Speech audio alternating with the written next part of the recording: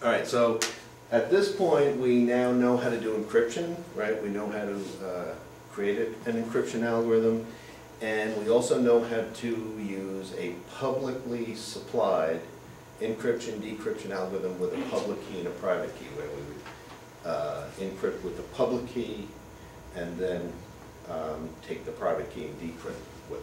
So some of the uses of encryption could be to take your entire disk drive and encrypt it.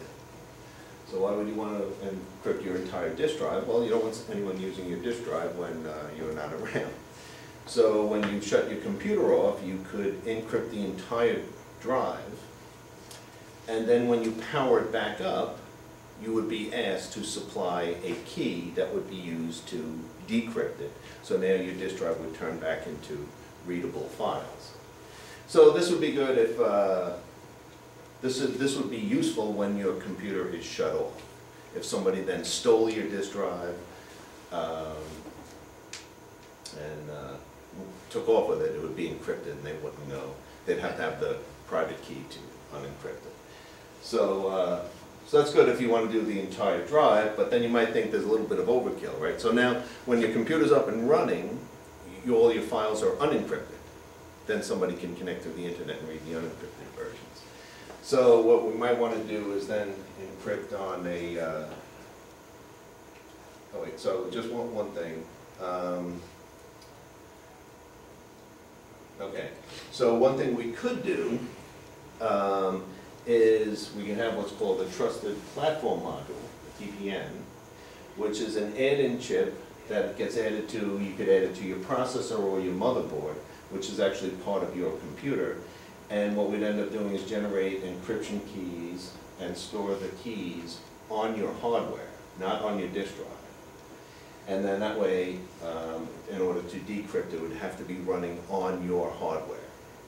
It's the only way to decrypt it. So that would prevent somebody from stealing your disk drive and trying to install it on another computer and run it. So it can only be decrypted with the key that was supplied on your hardware. So what we could also do is on a file-by-file basis. This might make a little more sense if, you know, let's say you're sharing a computer in your home. You got a husband and wife and kids, and everyone has their own files, and nobody wants the other guy seeing their files. So what you can do is you can encrypt your files individually. So what we could do is we could take your file that's not encrypted and have an encryption key. So you'd end up having an encryption key. You would encrypt your key. You would take your user public key and you would encrypt your key. So now you have an encrypted version of your key.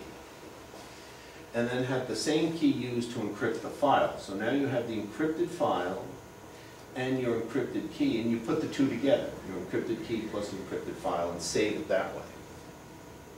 Then if you wanted to decrypt it, the file would have the encrypted version of your key plus the encrypted version of your file.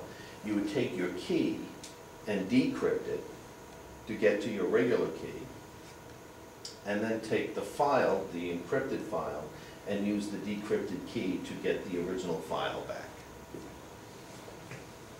So this way you have each user on the computer has its own key, and you can encrypt that and put that with your file.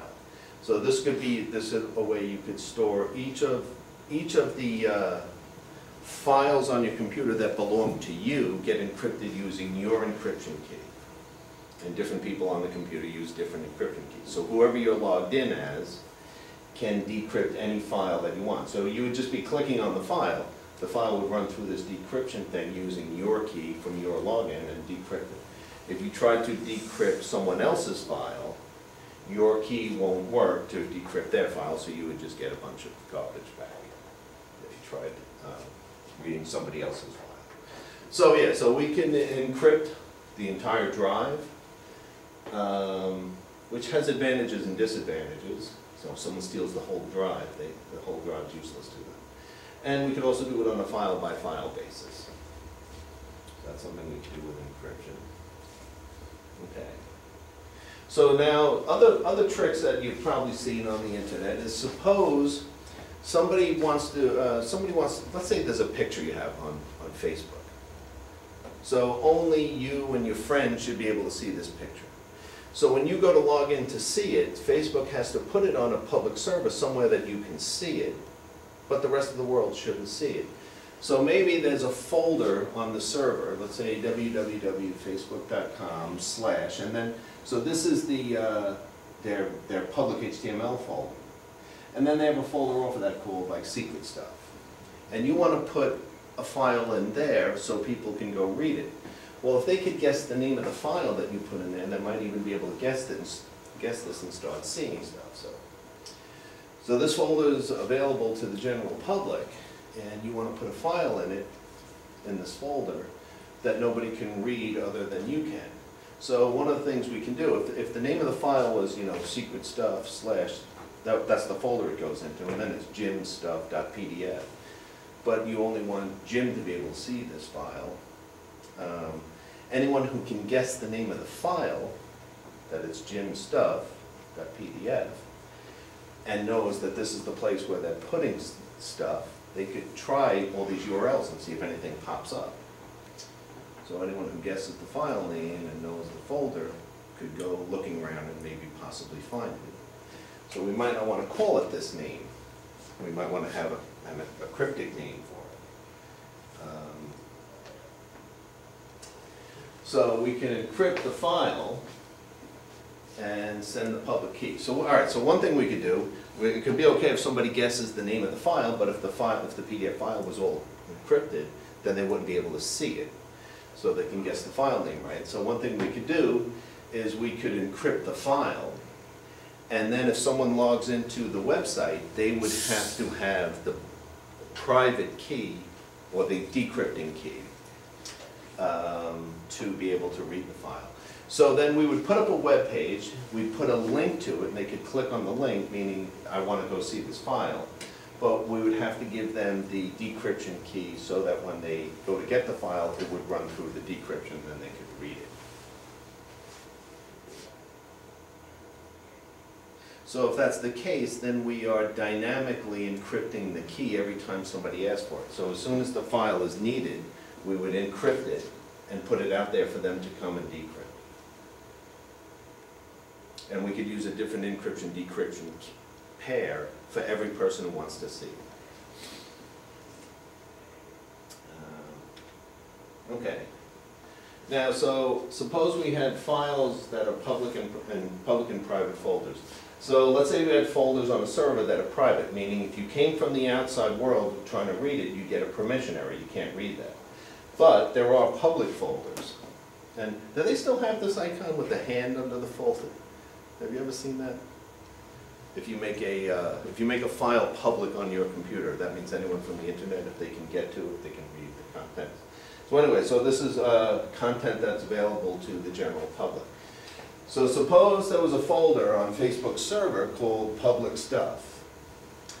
And what I want to do is I want to take a file that is private, unencrypted, just a readable file, and I want to temporarily put it out so that someone on the internet can read it. So, let's say you're at something that's not super secure. Let's say you have a condominium association and they have their meeting minutes. And you don't want the whole world just going through and reading all your meeting minutes. So, but once in a while, someone who lives in your condominium might want to read them. So they click on a link that says, I want to see the meeting minutes. So we're going to take a copy of the meeting minutes, which are kept private here, and we're going to throw it out into this public folder so this person who's logged in at the moment can read it. Well, the name of this folder is available to the public. So people can start snooping and looking through the folder and trying to guess file names and say, oh, the April meeting minutes or the May meeting minutes, or if they start to notice a pattern in the names of the files, they can start snooping through here looking for file names. So it'd be nice if we just had some randomly generated name that they could never guess. And while someone is logged in, someone who should be able to see these meeting minutes, they log in, they say they want to read the meeting minutes, we copy the meeting minutes from the private file to the public file, but we give it some crazy random name, and we create a link that they would click onto the name of that file. So how can we do that? So in a programming language like PHP, PHP is a very popular programming language for generating web pages. We could say something like in PHP and Perl, the programming language is PHP and Perl, variables have a $sign in front of them. And so we could say something like, you know, the file name is somewhat private file. I'm saying you wouldn't want to do this for something really important like banking information, but stuff you want to just keep private, what you could do is you could take a somewhat private file, .pdf, and that's a file name. Then maybe you could ask the system, what is today's date? And in PHP, if you put an M, it'll just tell you what's today's month. So this is, like I say, it's not a super secure system. It's just to keep people snooping around, not being able to find data they really shouldn't have access to. So we asked, what month is it? So let's say the month is February, and the file name is somewhat private file. Month is February. And then we have a salt called Facebook. Facebook file encryption salt, some phrase. We take all of that, the file name and the date and the salt, and we run that into an encryption algorithm. And out comes some crazy name for the file. You know, some crazy name like this. The encryption algorithm maybe spits out something like this, just random letters. So we create a file with that name. So let's say the file over here is called February's meeting minutes. .pdf. We don't want to put it here with that name because people start snooping around and could guess the name. We make a copy of it, put it over here with this name, this randomly generated encrypted name. And then we know the name because we just got it from our program. So we know the name that came back. We copy the private file from the private folder over to the public folder with the encrypted name. And then we post a link that allows them to link to that name, because we know the name because we just generated it. So you ever like, you know, you've probably seen this on Facebook or Twitter. You click on a picture or something, it just has this really long, crazy name, and you don't know where they got it from. So that's really what they're doing here. They don't want to name it like your email address followed by picture 1, picture 2, picture 3, because then people start snooping around. Once they know your email address, they'll start snooping around looking for all your pictures. So they'd rather just use these encryption algorithms, which generate these random strings, and let those be the file names. So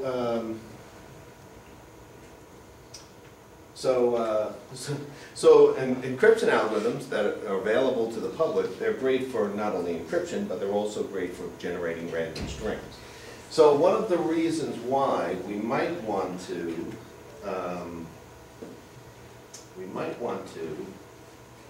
use as input, you might be wondering, why did I bother even caring what the month was? Why don't I just take the file name and then maybe the salt and just generate some crazy string? Well, what we might want to do maybe at the end of the month, we might want to start purging some of the files we put out for people to read from this folder. So maybe what we could do is just take all the file names we know of and then say for the month of February, let's use this salt and see if we find them all and just start deleting them. We know they're old and they should be deleted out. So that might be why we want to, you could use the date too. You could do it once a day. You could purge all the old files, or once a month. So I was just using months, just to show this is not something too important. But this is just a mechanism you could use. You could use encryption algorithms just to put data out on the internet and try to prevent people from snooping around and finding it. So, and I think we mentioned this last class, HTTP is Hypertext Transport Protocol, and HTTPS is Secure HTTP. So messages sent from you, the client, to the server, like Facebook, are in an encrypted format. So, so if you went to Facebook and typed http://www.facebook.com, hit enter, you'd send a message to the server, you're sending it to port number 80. Port number 80 reads it and says, we no longer communicate on port 80. I'm going to move you over to port 443, which is HTTPS. I'm going to send you a message back so you could send me your email and password. By sending it back on HTTPS, they're also sending you their public key. So you're going to encrypt your message. Your browser is going to encrypt the message using the public key that they sent you, and you will send it to them. So that way, while it's transmitting to you, nobody could read the message. So have you ever had, you ever go to a Starbucks and it says that this network is, your Starbucks network is not secure, you still want to proceed? Have you ever had that? Okay, that still goes on? All right, so it's probably safe as long as you're sending HTTPS, because it's going on your phone, is doing the encryption, so the people at Starbucks can't read the message. But if it wasn't, if you were on an HTTP, then they could read the messages that are going across. They're not being, the messages are not secure. So that's really what that is.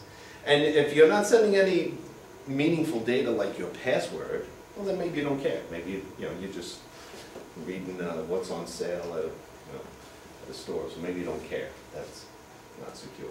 Not everything has to be secure.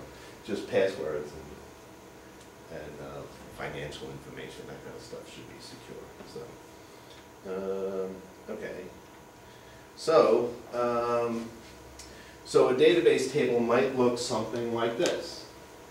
We might have a column of user IDs and then a column of passwords. But these aren't the passwords that the people are typing in. They're typing in, their dogs and their cats' names and stuff like that.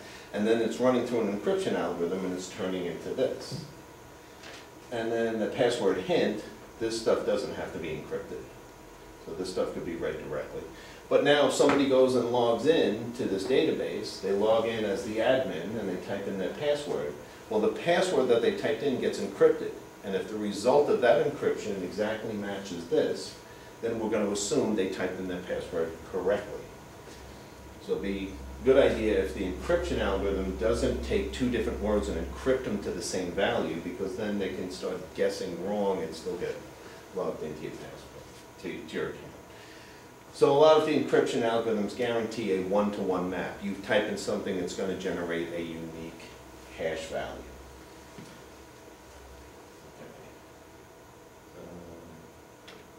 And then another use could be encrypting credit cards. So, so for example, Visa is a credit card company, and Amazon is a company that sells products using credit cards. So Visa may provide Amazon with a public key, meaning like here's the public key for Amazon. So Visa might have different public and private key pairs for every merchant that they have. So they could give Amazon a public key to encrypt password. Oh, it should be credit card numbers. Would encrypt credit card numbers and store those in Amazon's database. So Amazon is not recording your credit card number. That would be against the law. They can't store your credit card number, but they can store your encrypted credit card number in their database. So they have inspectors that come over. Anyone taking the e-commerce course? Yeah, no? Okay, so there's a course here where you learn all about selling stuff over the internet. And so they can't store your credit card number, but they can store it encrypted using the Visa provided, the credit card company provided public key. So that would mean nobody at Amazon should be able to understand what your credit card number is, the one that they stored. So now, if somebody goes to make a purchase, when a purchase is made, Amazon sends the encrypted, these passwords should say credit card numbers, the encrypted credit card numbers to Visa, who will then take that encrypted number and use the private key to decrypt it and actually run the purchase through. So you might think, why does Amazon even store it? Well, some customers call in and they have 3 or 4 credit cards and they say, I want to make all my purchases on this one particular card. So instead of Amazon just saying the person's name to Visa and saying, I know you got their number, you know who they are, they don't send the person's name and have Visa figure it out. They say they want to use this particular credit card, but Amazon's not allowed to store it. So they store it in an encrypted way. So this would prevent any employees at Amazon or anyone hacking into their system getting a list of user IDs and passwords. User IDs and credit card numbers. Okay, so I'll change that slide. So next time you download the slides, every time you see password, it'll say credit card. Okay, so any questions about, so these are just kind of some random uses of encryption now that's available. It should be something you should feel very comfortable with. You don't even have to write the algorithms. So the NSA wrote the algorithms for you. You just use them. And depending on what you're using them for determines when you should use a public key, private key, who keeps what in what database. Okay.